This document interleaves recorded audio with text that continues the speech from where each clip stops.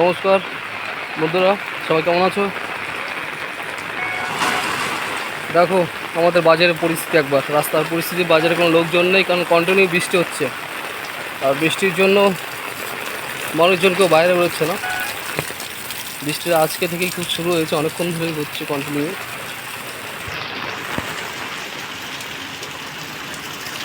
অন্য নদীর তুলনায় আজকের বৃষ্টির পরিমাণটা অনেক বেশি।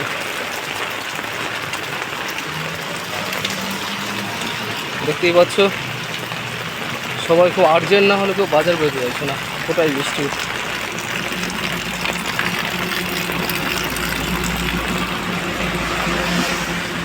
এখন বাজে 6টা বাজতে যাচ্ছে, বিকাল সন্ধ্যা 6টা বাজতে যাচ্ছে।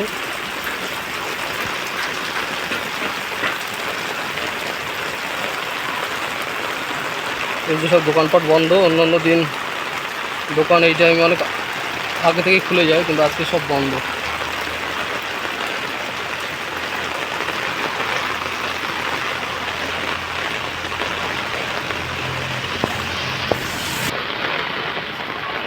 আস্তে আস্তে